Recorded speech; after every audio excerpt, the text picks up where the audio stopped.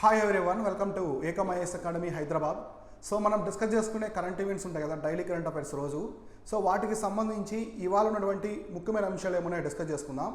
ఇవాళ అయితే చాలా అంశాలు ఉన్నాయి. సో రీసెంట్గా మనకి చీతాస్ రిలీజ్ చేస్తారు కదా, దాని గురించి డిస్కస్ చేసుకున్నాం. ఇవాళ కొన్ని మినిస్ట్రీస్కి సంబంధించినవి మన స్కీమ్స్ ఉంటాయి కదా, గవర్నమెంట్ స్కీమ్స్ ఏమున్నాయి, వాటికి సంబంధించి ఎటువంటి మినిస్ట్రీస్ ఉన్నాయి, వాటితో పాటు చివరిలో నేను 5 ప్రశ్నలు అయితే డిస్కస్ చేస్తాను. ప్రతిరోజు ప్రిలిమ్స్కి సంబంధించిన ఎంసీక్యూస్ 5 ప్రశ్నలు క్వశ్చన్స్ అనేది మనము క్లియర్గా డిస్కస్ చేసుకుంటాం. అవి కూడా ఇవాళ చాలా ఇంట్రెస్టింగ్ ప్రశ్నలు అనేవి ఉన్నాయి. అవే ఉన్నాయి కూడా డిస్కస్ చేసుకుందాం. ప్రతి ఒక్కటి కూడా కరెంట్ ఈవెంట్ బ్యాక్గ్రౌండ్ ఏముంది, దానికి సంబంధించింది. ఎస్పెషల్లీ మన కరెంట్ ఈవెంట్స్ దేన్ని బేస్ చేసుకుంటాయంటే, ఒకటి వర్తమాన అంశాల్లో అంటే రీసెంట్ న్యూస్లో ఉన్నవి, తర్వాత ఎగ్జామినేషన్కి అవి బాగా ఉపయోగపడేవి ఉన్నాయి, వాటిలో మనకి ఎగ్జామినేషన్కి ఎంతవరకు అవసరం. మనకి న్యూస్ పేపర్లో చాలా వస్తాయి, పాలిటిక్స్ ఇట్లాంటివన్నీ వస్తుంటాయి, కానీ మనకి ఎగ్జామినేషన్కి ఎంతవరకు అవసరమో అంతవరకే తీసుకొని, తర్వాత ఆ ప్రశ్నలు కూడా మనకి ఆల్మోస్ట్ ఓల్డ్వి అంటే మనకి ఆగస్టు జూలై నుంచి కరెంట్ ఈవెంట్స్ అన్ని కూడా కవర్ చేస్తూ వస్తున్నాం అనమాట. కాబట్టి మన డైలీ కరెంట్ అఫైర్స్ ప్రతిరోజు ఫాలో అవుతుండండి. ఫాలో అవడం వల్ల మీకు ఎగ్జామినేషన్లో మోస్ట్ ప్రిడిక్టబుల్ టాపిక్స్ కూడా ఇక్కడ అన్ని కవర్ అయిపోతాయి.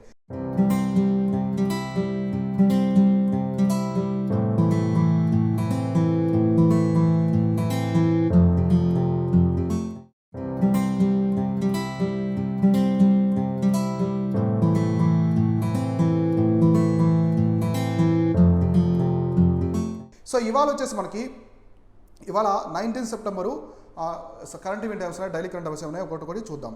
సో ఫస్ట్ వచ్చేసి election commission of India launched the BLO ఈ పత్రిక. సో ఒక ఈ పత్రిక అనేదాన్ని లాంచ్ చేసింది. ఎలక్ట్రానిక్ పత్రిక అంటారు ఈ పత్రిక అంటే, ఈ గవర్నెన్స్ ఉంది కదా అలా. సో ఇది లాంచ్ చేసింది ఎలక్షన్ కమిషన్ ఆఫ్ ఇండియా. అదేంటో చూద్దాం.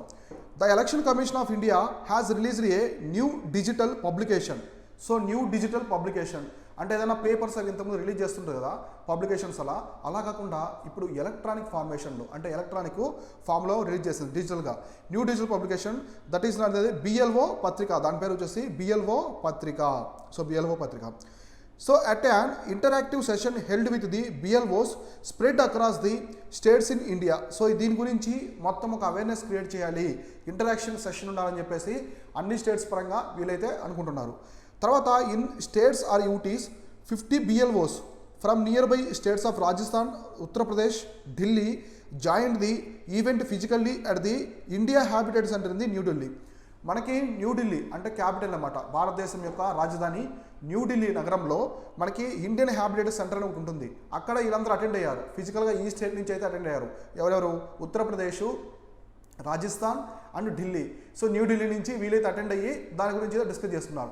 సో రిమైనింగ్ స్టేట్స్ యూటీకి కూడా ప్రతి ఒక్కరు కూడా మొత్తం 50 BLOs ఉంటాయి, అందరికి కూడా ఇవి డిస్కస్ చేస్తారనమాట. సో తర్వాత over 350 BLOs join the meeting via video conferencing from the office of chief electoral officers. So remaining ఉంటారు కదా, వీళ్ళే కాకుండా రాజస్థాను, నెక్స్ట్ ఉత్తరప్రదేశ్, న్యూఢిల్లీ కాకుండా రిమైనింగ్ వాళ్ళు ఉంటారు కదా, వాళ్ళు కూడా మొత్తం 350 BLOs అనేవాళ్ళు ఇక్కడ అటెండ్ అయ్యారు అనమాట, వీడియో కాన్ఫరెన్స్ ద్వారా అటెండ్ అయ్యారు. ఇక్కడ మీరు గుర్తుపెట్టుకోవాల్సింది, ఎవరు లాంచ్ చేశారంటే election commission of India, Niti Aayog కాదు. Election of commission of India Rajiv. మనకి ఎవరున్నారు ప్రెజెంట్ వచ్చేసి చీఫ్ ఎలక్షన్ కమిషనర్ ఎవరున్నారు? రాజీవ్ కుమార్ ఉన్నారు. సో ఇట్లా అవన్నీ కూడా అప్డేట్ చూసుకుంటూ ఉండండి. సో ఎవరెవరు ఉన్నారని నీట్గా చూసుకోవాలి. తర్వాత దానికి సంబంధించిన ఆర్టికల్ 324 మనకు వచ్చి ఎలక్షన్ కమిషన్ గురించి డిస్కస్ చేస్తుంది. సో ఇప్పుడు ఇది కరెంట్ ఈవెంట్స్లో ఉంది కాబట్టి మీరేం చేయాలంటే, మీరు చదువుతారు కదా ఇండియన్ పాలిటీలో ఎలక్షన్ కమిషన్ సంబంధించిన దానికి ఫంక్షన్స్ కావచ్చు, పవర్స్ ఎలా రిక్రూట్ చేసుకుంటారు, మొత్తం ఎంతమంది ఉంటారు, ఇక్కడ ఎలక్షన్ కమిషనరు, నెక్స్ట్ కమిషనర్స్ ఎంతమంది ఉంటారు, వాళ్ళని ఎవరు అపాయింట్ చేస్తారు, రీఅపాయింట్మెంట్ ఉంటుందా, ఇలా ప్రతి ఒక్క పాయింట్ని క్లియర్గా చదువుకోవాలి ఇట్లా. సో నెక్స్ట్ వచ్చేసి Delhi police first force to make the collections of the forensic evidence mandatory. మామూలుగా కొన్ని క్రిమినల్ కేసెస్ కావచ్చు, ఏదైనా మనకి స్టేట్స్ జరుగుతుంటాయి కదా మన చుట్టుపక్కల, అన్నిటిలో కూడా ఫోరెన్సిక్ ఎవిడెన్స్ తీసుకోవాలని చెప్పేసి ఎక్కడ కూడా మ్యాండేటరీ లేదు. కొన్ని ఎవిడెన్స్ సాక్షుల ద్వారా తీసుకుంటారు, కొన్ని ఫోరెన్సిక్ తీసుకుంటారు, ఇంకో విధంగా ఇంకో ఫార్మేషన్లో అంటే డిఫరెంట్ ఫామ్స్లో తీసుకుంటారు ఎవిడెన్సెస్ అనేవి. కానీ ఢిల్లీ పోలీస్ ఏం చేసిందంటే, so Delhi police first force అనమాట, మన ఇండియాలోనే ఫస్ట్ ఫోర్సు. ఇక ఫోరెన్సిక్ ఎవిడెన్స్ అనేది మ్యాండేటరీ చేసింది అనమాట. ప్రతి కేసుకి కూడా ఫోరెన్సిక్ ఎవిడెన్స్ అనేది మ్యాండేటరీ అనేది చేసింది. So Delhi police become the first police force in India to make a collection of the forensic evidence mandatory in the crimes punishable by the more than 6 years. అంటే more than 6 years punishable చేస్తారు కదా, jail term కావచ్చు, ఇవి మనకి jail శిక్ష అనేది 6 సంవత్సరాల కంటే ఎక్కువ వేసే ఉంటాయి కదా, కేసెస్ ఉంటాయి కదా, వాటిల్లో ఫోరెన్సిక్ ఎవిడెన్స్ అనేది కంపల్సరీ తీసుకోవాలి, కంపల్సరీ మ్యాండేటరీ అని చెప్పేసి చేసిందనమాట. So Delhi is union territory under the administrative control of the ministry of home affairs. Very important point. So చాలామందికి ఇంకా ఐడియా ఉండకపోవచ్చు, ఢిల్లీలో పోలీస్ కావచ్చు, ల్యాండ్ కావచ్చు, ఇవన్నీ కూడా under the control of the central government. So ఇప్పుడు మనకి తెలంగాణ ఉంది, ఆంధ్రప్రదేశ్ ఉంది. సో తెలంగాణ చూసుకోండి, తెలంగాణకి పోలీసు ఎవరి కంట్రోల్లో ఉంటుంది? స్టేట్ గవర్నమెంట్ కంట్రోల్లో ఉంటుంది. సో ల్యాండ్ ఎవరు సబ్జెక్టు? State subject. కానీ ఢిల్లీ అలా కాదు. సో ఢిల్లీలో వచ్చేసి ల్యాండ్ కావచ్చు, ప్లస్ తర్వాత ఇంకా వచ్చి పోలీసు, ఢిల్లీ పోలీసు వచ్చేసి working under the ministry of home affairs, అంటే సెంట్రల్ గవర్నమెంట్ కింద వర్క్ చేస్తూ ఉంటుంది అనమాట. స్టేట్కి అక్కడ ఢిల్లీలో ఉంది కదా, కేజ్రీవాల్ గవర్నమెంట్ ఉంది కదా మనకి. సో అక్కడ వచ్చేసి ఢిల్లీ గవర్నమెంట్కి ఎలాంటి పవర్ ఉండదు అనమాట ఢిల్లీ పోలీస్ మీద, అదొకటి. So Delhi police commissioner Sanjay Arora issued a standard order to all police units. So దీనికి ఒక స్టాండర్డ్ ఆర్డర్ అనేది రిలీజ్ చేస్తారు. ఢిల్లీ పోలీస్ కమిషనరు సంజయ్ అరోరా గారు మొత్తం అన్ని పోలీస్ స్టేషన్ యూనిట్స్ ఉంటాయి కదా, వాటికి ఇది స్టాండర్డ్ ఆర్డర్ లాగా పంపించాడు అనమాట. సో ప్రతి క్రిమినల్ కేసుకి ఇక్కడి నుంచి అయితే మోర్ దాన్ 6 years ఉండే జైలు టర్మ్ ఉండే కేసు అన్నిటికీ కూడా ఈ ఫారెన్సిక్ ఎవిడెన్స్ అనేది మ్యాండేటరీ చేస్తున్నామని చెప్పి చేసింది. ఇక్కడ మీరు గుర్తుపెట్టుకోవాల్సింది, ఇండియాలోనే ఫస్ట్ పోలీస్ ఫోర్స్ అనమాట, మన ఇండియాలోనే ఫస్ట్ పోలీస్ ఫోర్స్ ఈ విధంగా ఫోరెన్సిక్ని మ్యాండేటరీ అయితే చేయడం. సో నెక్స్ట్ ఈవెంట్ ఏముందో చూద్దాం. సో చూడండి, ఇది ఒకటి కూడా ఇంపార్టెంట్ మనకి ఎగ్జామినేషన్ పరంగా చాలా ఇంపార్టెంట్, అకాడమీ పరంగా. Federal bank ranked the 63rd in the best work places in Asia 2022. అంటే మనకి ఏషియా మొత్తం మీద, ఏషియా కాంటినెంట్ అంటే ఆసియా ఖండం మొత్తం మీద 2022 సంవత్సరానికి బెస్ట్ వర్క్ ప్లేసెస్ అని కొన్ని చూజ్ చేస్తారనమాట. సో బెస్ట్ వర్క్ ప్లేసెస్ అని అందులో ఫెడరల్ బ్యాంక్ ఉంది కదా, ఫెడరల్ బ్యాంక్ వచ్చేసి 63rd ర్యాంక్ అనేది వచ్చింది. చూద్దాం ఫెడరల్ బ్యాంక్ గురించి. Federal bank was ranked 63rd on the best work places in Asia 2022 and becomes the only bank in India to listed by the great place to work. So ఇది గుర్తుపెట్టుకోండి, ఇక్కడ important ఏంటంటే అంటే global authority on the work place culture. ఇక్కడ so ఎందుకు 63rd rank కదా, చాలా పెద్ద ర్యాంక్ వచ్చింది, అయినా ఎందుకు స్పెషాలిటీ అంటే ఇండియా నుంచి ఈ లిస్ట్లో బెస్ట్ వర్క్ ప్లేస్లో సెలెక్ట్ అయిన వాటిల్లో one of the first bank ఇదే అనమాట. ఒకే ఒక బ్యాంకు, ఇండియా నుంచి ఇంక ఏ బ్యాంక్ కూడా సెలెక్ట్ అవ్వలేదు, ఇండియా నుంచి సెలెక్ట్ అయినటువంటి ఒకే ఒక bank great place to work అనే దాంట్లో లిస్ట్ అయింది, ఫెడరల్ బ్యాంక్ మాత్రమే లిస్ట్ అయింది అనమాట. అందువల్ల ఇది వచ్చేసి special thing. So the list is based over 1 million survey responses across the Asia and west Asia, representing the experience of over 4.7 million employees in the reason. So ఈ యొక్క సర్వేని ఎలా తీసుకున్నారు, ఈ సర్వేని వాళ్ళు ఎలా బేస్ చేసుకుని తీసుకున్నారంటే మొత్తం 1 million పీపుల్ దగ్గర నుంచి సర్వే తీసుకున్నారు, రెస్పాన్సెస్ అంటే వాళ్ళ ఒపీనియన్ తీసుకున్నారు. తర్వాత ఇది ఏషియా, మనకి ఆసియా ఖండం, వెస్ట్ ఏషియా అంటే పశ్చిమాసియా ఉంది కదా, మిడిల్ ఈస్ట్, ఆ రీజన్లో కూడా తీసుకున్నారు. Representing the experience of over the 4.7 million employees in the reason. మొత్తం ఎక్స్పీరియన్స్ అంటే ఆ రీజన్లో ఏషియా వెస్ట్ ఏషియా రీజన్లో మొత్తం ఉండే దాంట్లో 4.7 million ఎంప్లాయీస్ యొక్క రెస్పాన్స్ అనేది తీసుకొని దీన్ని సర్వే అనేది తీసుకున్నారు. తర్వాత ఓకే, ఫెడరల్ బ్యాంక్ అనేది 63rd ర్యాంక్ వచ్చింది. అసలు ఫెడరల్ బ్యాంక్ అంటే ఏంటి, ఇది పబ్లిక్ సెక్టర్ బ్యాంకా, ప్రైవేట్ సెక్టర్ బ్యాంకా, లేదంటే ఇంటర్నేషనల్ బ్యాంకా ఏంటని ఇప్పుడు మనం క్లియర్గా డిస్కస్ చేసుకుందాం. సో చూడండి ఇది. So federal bank limited is a Indian private sector bank. So గుర్తుపెట్టుకోండి, ఇది ఇండియన్ బ్యాంకే. ఫెడరల్ బ్యాంక్ అనేది is not a foreign bank. So is not a foreign bank, it's a Indian bank, Indian private sector bank. So it is belongs to the India. అంటే ఇది మన భారతదేశంలో ఉన్నటువంటి private sector banks ఉన్నాయి కదా, HDFC, ICICI, ఇలా చాలా ఉన్నాయి మనకి, యాక్సిస్ బ్యాంక్, ఇట్లా వాటిల్లో వన్ ఆఫ్ ది బ్యాంక్ అనమాట private sector bank. So headquartered in the Aluva, Kochi. So ఇది మనకి కేరళలో ఉంటుంది అనమాట, కేరళలో దీని యొక్క హెడ్ క్వార్టర్స్ ఉంది. సో ఆలువా రీజన్ కావచ్చు, కొచ్చి రీజన్లో ఉందన్నమాట ఆలువాలో. The bank has 1272 branches spread across the different states in India. So మన ఇండియాలో మొత్తం వచ్చేసి 1272 బ్రాంచ్లు అయితే ఈ బ్యాంక్కి ఉన్నాయి. గుర్తుపెట్టుకోండి, ఇది చిన్న బ్యాంక్ ఏం కాదు, ఇది కేరళలో ఉంటుంది, హెడ్ క్వార్టర్స్ ఆలువా, కొచ్చిలో ఉంటుంది. దీని యొక్క బ్రాంచెస్ వచ్చేసి మొత్తం ఇండియాలో 1272 బ్రాంచెస్ అయితే ఉన్నాయి, డిఫరెంట్ అన్ని స్టేట్స్లో, యూటీస్ కావచ్చు, స్టేట్స్ మొత్తం. It has also representative office abroad the Abu Dhabi, Qatar, Kuwait, Oman and Dubai. So చూడండి, Abu Dhabi, Qatar, Kuwait, Oman and దుబాయ్లో కూడా ఈ బ్యాంక్ యొక్క బ్రాంచెస్ అయితే ఉన్నాయి. ఎందుకు ఇక్కడ ఉన్నాయంటే ఇది ఫెడరల్ బ్యాంక్ కదా, మీరు ఒకటి గుర్తుపెట్టుకోండి, ఎక్కువ కేరళ నుంచి మైగ్రెంట్స్ ఎక్కువ ఉంటారు, వర్కర్స్. సో వీళ్ళు ఎక్కువ కేరళ నుంచి ఎక్కడికి వెళ్తారంటే వెస్ట్ ఏషియా వెళ్తుంటారు. సో వెస్ట్ ఏషియా అంటే ఎస్పెషల్లీ ఏంటంటే ఈ కంట్రీస్ అనమాట. సో అబుదాబి కావచ్చు, Qatar, Kuwait, Oman, Dubai, Saudi Arabia, వీటికి వెళ్తుంటారు ఎక్కువ, కేరళ నుంచి ఇక్కడికి మైగ్రేట్స్ అవుతూ ఉంటారు. సో ఈ మైగ్రేషన్ అనేది ఎక్కువగా ఉంటుంది, కేరళ నుంచి ఎక్కువ వెళ్తుంటారు, వర్క్ చేస్తుంటారు, అక్కడ మళ్ళీ వస్తుంటారు. అందుకే మనకి ఎక్కువ ఈ మైగ్రేషన్ ఉంది కాబట్టి మనకి ఏదైనా వైరస్ అట్లాంటివి అటాచ్ అయినా కూడా చూడండి ఎక్కువ కేరళకి ఎందుకు వస్తాయంటే కేరళకి ఇది అనమాట, అంతేగాని కేరళలో ఏదో ప్రాబ్లం అని కాదు. సో ఎక్కువ ఎయిర్పోర్ట్స్ అనేవి చాలా బిజీ ఉంటాయి. కొచ్చి ఎయిర్పోర్టు, సో మన ఇండియాలో కూడా 4 ఇంటర్నేషనల్ ఎయిర్పోర్ట్ ఉన్నాయి. ఒకే స్టేట్లో 4 ఇంటర్నేషనల్ ఎయిర్పోర్ట్ ఉన్నది మన కేరళలోనే అనమాట. సో రీసెంట్గా కూడా ఇంకోటి యాడ్ చేశారు, మొత్తం 5 అనుకుంటాను ఇప్పుడు ప్రెజెంట్. 5 వరకు ఇంటర్నేషనల్ ఎయిర్పోర్ట్ ఒకే స్టేట్లో ఉన్నవి, నేషనల్ కాదు ఇంటర్నేషనల్ ఎయిర్పోర్టు. సో ఇక్కడ ఉన్నాయన్నమాట. సో చూడండి కొన్ని స్టేట్స్కి అసలు ఇంటర్నేషనల్ ఎయిర్పోర్ట్స్ లేవు, కొన్ని స్టేట్స్కి చిన్న స్టేట్స్కి అట్లా. సో ఇది వచ్చేసి ఫెడరల్ బ్యాంక్కి. సో నెక్స్ట్ ఏముందో ఇంపార్టెంట్ క్లియర్గా మనం డిస్కస్ చేసుకుందాం. చూడండి ఇక్కడ a book titled Ambedkar and Modi released by the former president Ramnath Kovind. So మనకి మాజీ రాష్ట్రపతి గారు రామ్నాథ్ కోవింద్ గారు ఒక బుక్ అయితే రిలీజ్ చేశారు. ఆ బుక్ టైటిల్ వచ్చేసి అంబేద్కర్ అండ్ మోదీ అని రిలీజ్ చేశారు. Former President Ramnath Kovind has launched a book titled Ambedkar and Modi. So reformers, ideas, performers, implementation. ఇది బుక్ పేరు అన్నమాట కంప్లీట్గా Ambedkar and Modi. So reformers, ideas, performers, implementation అని చెప్పేసి చెప్పారనమాట. So the book compiled by the blue craft digital foundation. ఈ బుక్ని ఎవరు కంపైల్ చేశారంటే బ్లూ క్రాఫ్ట్ డిజిటల్ ఫౌండేషన్ అనే వాళ్ళు కంపైల్ చేశారు. ఇంపార్టెంట్, ఇట్లాంటి కంపెనీస్ అని అడుగుతూ ఉంటారు ఎగ్జామినేషన్లో. ఫ్యాక్ట్స్ అంటే ఎస్పెషల్లీ మీకు స్టేట్ పీసెస్ ఎగ్జామ్ ఉంటాయి కదా, వాటిలో అడుగుతారు, లేదా యూపీఎస్సీలో డైరెక్ట్ ఏబిసిడి ఆప్షన్స్ ఉంటాయి కదా, అటువంటి వాటిలో కూడా అడిగేదానికి అవకాశం ఉంది. ఈ బుక్ని ఎవరు కంపైల్ చేశారంటే సో వచ్చేసి బ్లూ క్రాఫ్ట్ డిజిటల్ ఫౌండేషన్ వారు చేశారు. So explores the life and works of the doctor BR Ambedkar while drawing the parallel with the initiative and reforms taken by the prime minister Narendra Modi to implement the ideas of the social reformer. అంటే దీని యొక్క main book యొక్క main theme ఏంటంటే doctor BR Ambedkar garu ఎటువంటి ఐడియాస్ని reforms తీసుకొచ్చారో వాటిని present ఉన్నటువంటి ప్రధానమంత్రి గారు ఇండియన్ ప్రైమ్ మినిస్టర్ ఇంప్లిమెంటేషన్ చేస్తున్నారని దీని యొక్క థీమ్ అనమాట.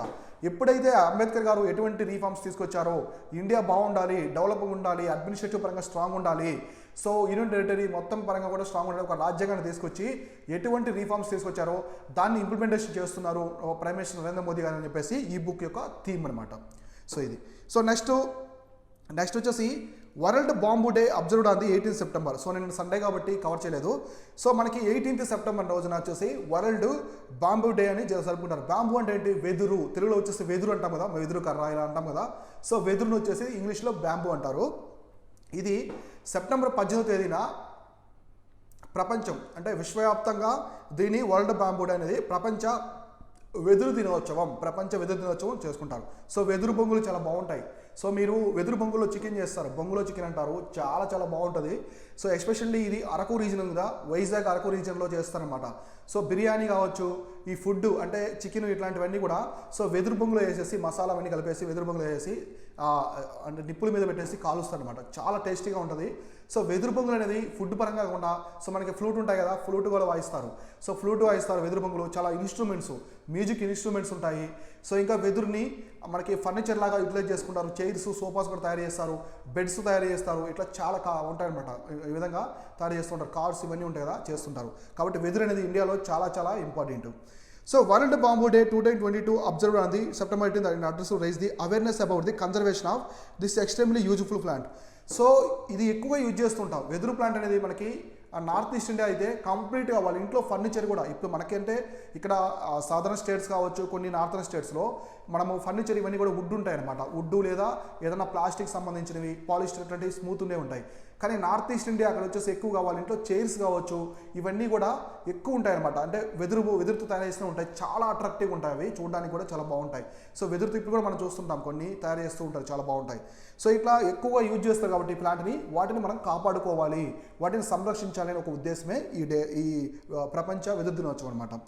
So conceptualised by the world bamboo organisation. అసలు దీన్ని ఎవరు తీసుకొచ్చారంటే ఈ డేని మొత్తం కూడా ఎందుకు ఇంపార్టెంట్ అని ఎవరు తీసుకొచ్చారంటే వరల్డ్ బాంబూ ఆర్గనైజేషన్. సో ప్రపంచ వెదురు ఆ సంస్థ అని ఉంటుంది అనమాట. అట్లా this day also promotes the bamboo industry by highlighting it's corners.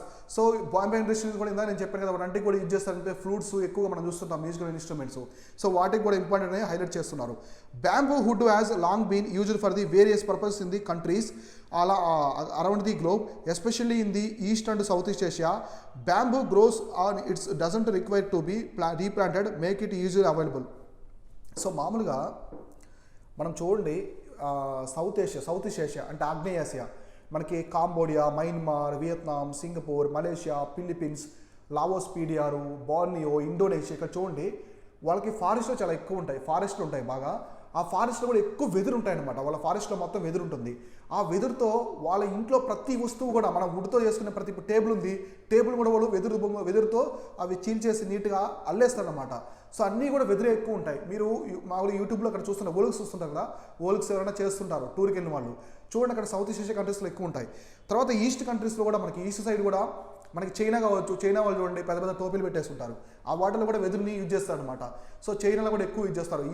East part తూర్పు ప్రాంతాలు అండ్ ఆగ్నేయాసియా ప్రాంతాలు మొత్తం, మన ఇండియాలో కూడా నార్త్ ఈస్ట్ ఇండియా కావచ్చు, మనకి ఇక్కడ కూడా చేస్తారు ఇట్లా వెదురు బొంగులు అనేది ఇంపార్టెంట్.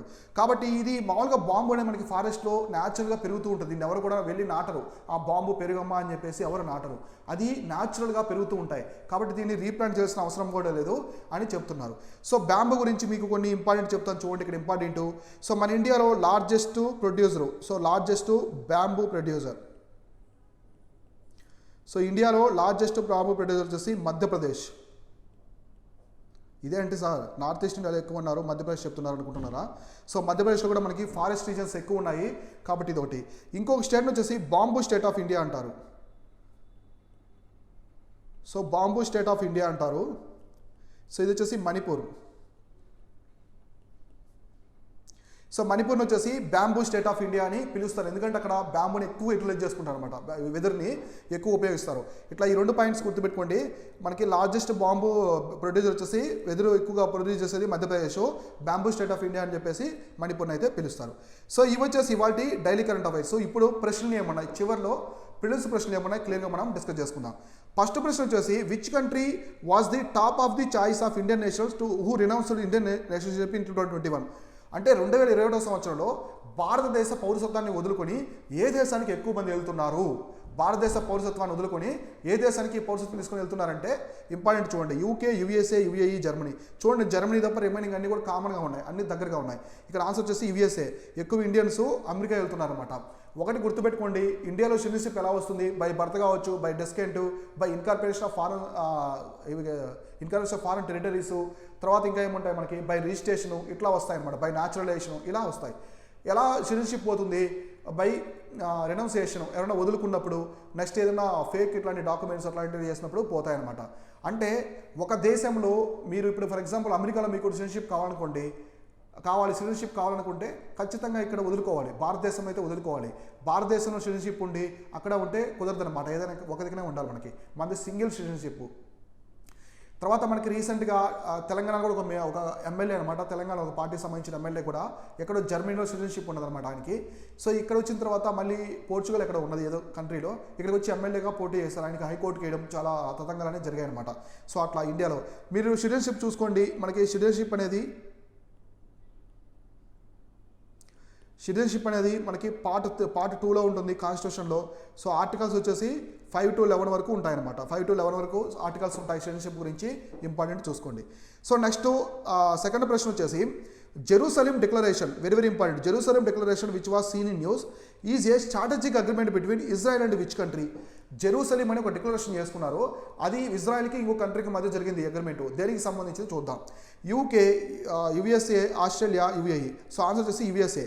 ఇక్కడ వచ్చేసి మనకి ఎవరెవరు చేసుకున్నారంటే ఇది వచ్చేసి బైడెన్ గారు అలానే ఇజ్రాయెల్ ప్రైమ్ మినిస్టర్ ఇద్దరు కలిసి ఈ అగ్రిమెంట్ చేసుకున్నారనమాట. సో వాళ్ళకి సంబంధించి ఇంటర్నేషనల్ రిలేషన్స్లో, అంతర్జాతీయ సంబంధాల్లో ఈ అగ్రిమెంట్ అయితే జరిగింది. కాబట్టి ఇంపార్టెంట్ చూసుకోండి, జెరూసలేం డిక్లరేషను పాలస్తీనాకి ఇజ్రాయెల్ కాదు. చాలామంది కన్ఫ్యూజ్ అవుతారు, పాలస్తీనా ఇజ్రాయెల్ కాదు, అలానే ఇండియాకి ఇజ్రాయెల్ కాదు, ఎందుకంటే ఇండియా ఇజ్రాయెల్ కూడా చాలా క్లోజెస్ట్ కంట్రీస్. సో ఇక్కడ ఇంపార్టెంట్ వచ్చేసి ఏంటంటే అమెరికా, ఇజ్రాయెల్ అనేది చేసుకున్నాయి అనమాట. నెక్స్ట్ థర్డ్ ప్రశ్న ఏం చెప్తున్నారంటే which union ministry implements mission Shakti? So mission Shakti scheme తెలుసు కదా మీకు అందరికీ, ఎక్స్ప్లెయిన్ చేస్తాను డైలీ కరెంట్ ఆఫీస్లో ఆల్రెడీ. సో ఇది ఎవరనేది ఈ స్కీమ్ని ఇంప్లిమెంట్ చేస్తున్నారు? సో ఎవరైనా ఇంప్లిమెంట్ చేస్తున్నారు గారు? ఆప్షన్స్ ఏమి ఇచ్చారంటే ministry of women and child development, ministry of defence, ministry of external affairs, ministry of MSME. So మీకు తెలుసు కదా ఆల్రెడీ ఈ స్కీమ్కి సంబంధించి ministry of women and child development అయితే ఈ స్కీమ్కి సంబంధించి మిషన్ శక్తికి సంబంధించిన స్కీమ్స్ అన్ని కూడా ఇంప్లిమెంట్ అయితే చేస్తున్నారు. సో నెక్స్ట్ ఫోర్త్ ప్రశ్న ఏముందో చూద్దాం. సో ఫోర్త్ ప్రశ్న వచ్చేసి which institution releases the global gender gap report. So ఎవరు వచ్చేసి global gender gap report. So ఏ దేశంలో జెండర్ గ్యాప్ ఎక్కువ ఉంది, లింగభేదం, పురుషులకి మహిళలకు మధ్య సమానత్వం లేకపోవడం, ఇట్లాంటి ఎంప్లాయ్మెంట్ విషయంలో కావచ్చు, ఇక్కడ పార్లమెంట్ విషయంలో, పార్లమెంట్లో చూడండి ఇండియన్ పార్లమెంట్లో ఉమెన్స్ చాలా చాలా చాలా తక్కువ ఉంటారు. మీకు రువాండా, న్యూజిలాండ్, యూరోపియన్ కంట్రీస్ కొన్ని చూస్తే రువాండా చూస్తామంటే ప్రపంచంలో టాప్ ఉందన్నమాట. రువాండా పార్లమెంట్ ఆఫ్రికన్ కంట్రీ, చాలా వెనుకబడిన కంట్రీ ఇది. అక్కడ more than 65% of the parliamentarians అందరూ కూడా పార్లమెంట్లో ఉన్న వాళ్ళు ఉమెన్సే ఉన్నారు. సో మన ఇండియాలో చాలా తక్కువ. మీరు మినిస్టర్స్ కూడా చూసుకుంటే వేల మీద లెక్కించవచ్చు. కేంద్ర మంత్రులు ఎవరున్నారు, స్టేట్లో ఎవరున్నారని మినిస్టర్ చూసుకుంటే చాలా చాలా తక్కువ లెవెల్లో ఉన్నారన్నమాట ఉమెన్. కాబట్టి ఇక్కడ ఇది వచ్చేసి ఎవరు రిలీజ్ చేస్తారంటే వరల్డ్ ఎకనామిక్ ఫోరం అనేది రిలీజ్ చేస్తుంది. సో గ్లోబల్ జెండర్ గ్యాప్ రిపోర్ట్ని ఎవరు రిలీజ్ చేస్తారంటే వరల్డ్ ఎకనామిక్ ఫోరం. మీరు చూసుకోండి IMF కావచ్చు, వరల్డ్ బ్యాంకు, IMF ఈ రిలీజ్ చేసే మొత్తం రిపోర్ట్స్. సో రిపోర్ట్స్ ఏమున్నాయి అండ్ ఇండిసెస్ ఏమున్నాయి, రిపోర్ట్స్ అండ్ ఇండిసెస్ ఏమున్నాయో క్లియర్గా చూసుకోండి, చాలా చాలా ఇంపార్టెంట్. సో నెక్స్ట్ వచ్చేసి Indian navy's stealth frigate INS Tarkash. So మనకి ఫ్రిగేట్ ఉంది కదా INS Tarkash conducted the maritime partnership exercise in which country in navy. So ఏ కంట్రీ యొక్క నేవీతో ఈ మ్యారిటైమ్ పార్ట్నర్షిప్ ఎక్సైజ్ అనేది చేసింది, అది చేసింది ఓకే. ఇక్కడ పాల్గొనేది ఇంపార్టెంట్. ఫ్రిగేటు సో ఏం పాల్గొన్నది, INS తర్కాస్ అనేది పాల్గొంది. ఏ కంట్రీ తరుగుతున్నారు, France, Oman, Japan, Sudan, Japan. So ఇక్కడ వచ్చి సూడాన్ అనమాట. సో సూడాను నేవీతో ఇక్కడ వచ్చేసి ఇండియన్ నేవీ అలానే మనకి సూడాన్ నేవీ రెండు కలిసి ఇక్కడ పాల్గొన్నాయి అనమాట. మ్యారిటైమ్ పార్ట్నర్షిప్ ఎక్సైజ్లో పాల్గొన్నాయి. సో సూడాన్ అనేది చిన్న దేశం అవ్వచ్చు, కాకపోతే మనము జిబౌతి ఉంది కదా, సో జిబౌతి కంట్రీకి లాస్ట్ టైం యమన్లో మన ఇండియా వాళ్ళు ఉన్నారు, అక్కడ వార్ అనేది జరుగుతుంది కదా. సో యమన్ నుంచి అందరినీ ఆ ఎయిర్ లిఫ్ట్ ద్వారా షిప్లో తీసుకొచ్చి ఫస్ట్ జిబౌతి కంట్రీకి తీసుకొచ్చారనమాట. సో జిబౌతి కంట్రీకి తీసుకొచ్చి ఎక్కడి నుంచి, యమన్ నుంచి. సో యమన్ నుంచి జిబౌతి కంట్రీకి తీసుకొచ్చారు షిప్లో, మన ఇండియన్ నేవీ షిప్లో, వార్ షిప్లో తీసుకొచ్చి జిబౌతి నుంచి మనము ఎయిర్ లిఫ్ట్ ద్వారా తీసుకొచ్చామన్నమాట. సో కాబట్టి ఇవి ఇంపార్టెంట్, అన్నీ కూడా చూసుకోండి ఇక్కడ చాలా చాలా ఇంపార్టెంట్. సో యమన్ నుంచి వచ్చేసి ఎయిర్ లిఫ్ట్ చేసి అందరినీ ఇక్కడ తీసుకొచ్చి ఇక్కడ నుంచి ఇండియన్ నేవీ షిప్లో తీసుకొచ్చారు, ఇండియన్ నేవీ షిప్లో ఇండియాకి తీసుకొచ్చారు. కాబట్టి జిబౌతి గవర్నమెంట్కి మనం అవార్డు కూడా ఇచ్చామన్నమాట. సో మనకి ఇవి ఉంటాయి కదా పద్మభూషణ్ ఇట్లాంటి అవార్డ్స్ ఉంటాయి కదా, వాళ్ళ అధ్యక్షుడికి మనం అవార్డు కూడా ఇచ్చామన్నమాట. సో ఈ విధంగా సూడాన్ కూడా అక్కడే ఉంటుంది, గుర్తుపెట్టుకోండి. ఇక్కడ మీరు బాగా గుర్తుపెట్టుకోవాల్సింది red sea. So red sea చుట్టూ ఉండే దేశాలు ఏ ఉంటాయో అన్నీ కూడా నోట్ అవుట్ చేసి పెట్టుకోండి. రెడ్ సీ చుట్టూ ఏ దేశాలు ఉంటాయి మీకు, రెడ్ సీ ఉండే చుట్టూ ఈజిప్టు, ఈ సైడ్ అయితే ఈజిప్టు, మనకి సౌత్ సూడాన్ ఉంది కదా, సో సౌత్ సూడాన్కి సంబంధించింది కావచ్చు, జిబౌతి, ఎరిట్రియా, ఆ సైడ్ నెక్స్ట్ ఈస్ట్ సైడ్ వచ్చి సౌదీ అరేబియా, మనకి ఏముంటాయి ఎమను, ఇవి ఉంటాయి అనమాట రెడ్ సీ చుట్టూ. కాబట్టి ఎర్ర సముద్రం చుట్టూ ఉండే దేశాలు ఇంపార్టెంట్, ఇట్లాంటి ఎక్కువ అడుగుతుంటారు. సో ఇవి వచ్చేసి ఇవాటి డైలీ కరెంట్ అఫైర్స్ వల్లనే ఇంపార్టెంట్ ప్రిలిమ్స్ ప్రశ్నలు. రేపు ఇంపార్టెంట్ డైలీ కరెంట్ అఫైర్స్ ఏమున్నాయి, ప్రిలిమ్స్ ప్రశ్నలు ఏమున్నాయి మనం క్లియర్గా డిస్కస్ చేసుకుందాం. Thank you so much.